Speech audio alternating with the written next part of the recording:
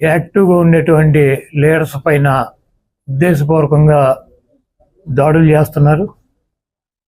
అదేవిధంగా వాళ్ళ ఇళ్ళకెళ్ళి ఇళ్ళు పగలు కొడతాం, కార్లు పగలు కొడతాం, అర్ధరాత్రులు వెళ్ళి వైఎస్ఆర్ కాంగ్రెస్ పార్టీ శ్రేణుల్ని భయపెట్టాలి, ఈ వైఎస్ఆర్ కాంగ్రెస్ పార్టీని డిస్టేజన్ చేయాలని చెప్పి పెద్ద ఎత్తున ప్రయత్నాలు చేస్తున్నారు.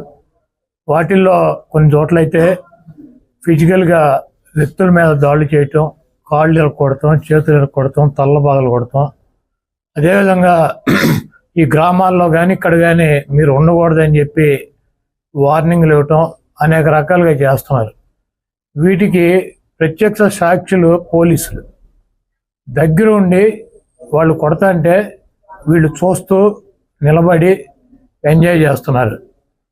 ఈరోజు మా దగ్గర పోలీసులు ప్రేక్షక పాత్ర వహించేటువంటి సన్నివేశాలు, తెలుగుదేశం పార్టీ అల్లరి మోకల్లో మా వాళ్ళ మీద దాడి చేస్తున్నటువంటి సన్నివేశాలు సీసీ ఫుటేజీలతో సహా, ఫోటోలతో సహా మా దగ్గర ఉన్నాయి.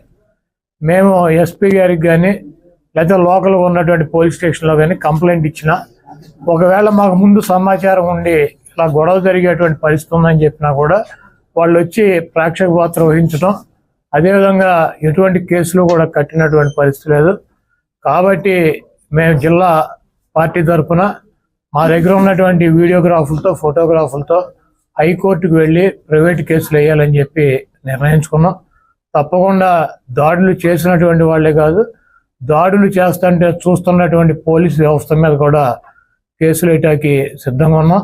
అదేవిధంగా వైఎస్ఆర్ కాంగ్రెస్ పార్టీ నాయకులకు కానీ, అదేవిధంగా కార్యకర్తలకు కానీ ఎటువంటి భయం, ఆందోళన చెందాల్సినటువంటి అవసరం లేదు. రేపు 2 రోజుల్లో జిల్లాలో ఉన్నటువంటి ముఖ్య నాయకులందరం కలిసి ప్రతి నియోజకవర్గానికి వెళ్ళి దాడులు చేసినటువంటి వాళ్ళు ఇళ్ళకెళ్ళి ధైర్యం చెప్పేటువంటి కార్యక్రమం చేస్తాం. దీనికి జగన్మోహన్ రెడ్డి గారు కూడా మీరు ఎట్టి పరిస్థితుల్లోనూ కార్యకర్తలు కానీ, నాయకులను కానీ జరుగుతున్నటువంటి దాడుల్ని మీరు చూస్తూ ఊరుకోవద్దు, పార్టీ అంతా యాక్టివ్ అవ్వండి, అందరూ ఒక వేదిక మీదకి వచ్చి వాటిని తిప్పి కొట్టాల్సిన అవసరం మన మీద ఉందని చెప్పి ఆయన కూడా చెప్పారు. కాబట్టి పోలీసు వ్యవస్థ ఒక అసమర్థమైనటువంటి వ్యవస్థగా ప్రేక్షక పాత్ర వహిస్తున్నటువంటి ఈ పోలీసు వ్యవస్థకి మరి మా నుంచి ఈ తెలుగుదేశం పార్టీ గోండాల నుంచి మా పార్టీ నాయకుల్ని, కార్యకర్తల్ని కాపాడుకోవటానికి మేము కూడా 2 రోజుల్లో రోడ్డు మీదకి వచ్చి ఎక్కడైతే మా వాళ్ళ మీద దాడులు జరిగినా, ఎక్కడైతే మా వాళ్ళని ఇబ్బంది పెడుతున్నారో ఆ ప్రాంతానికి వెళ్తాం. ఆ కాన్స్టిట్యున్సీకి కానీ, ఆ జిల్లాకు కానీ సంబంధించినటువంటి నాయకులందరూ కూడా పాల్గొంటారు. ఆ నియోజకవర్గంలో ఉన్నటువంటి లీడర్స్ కానీ, కార్యకర్తలు కూడా పాల్గొంటారు. తప్పకుండా లా అండ్ ఆర్డర్ ఇష్యూస్ కనుక వస్తే దానికి పోలీస్ వ్యవస్థే బాధ్యత వహించాలి.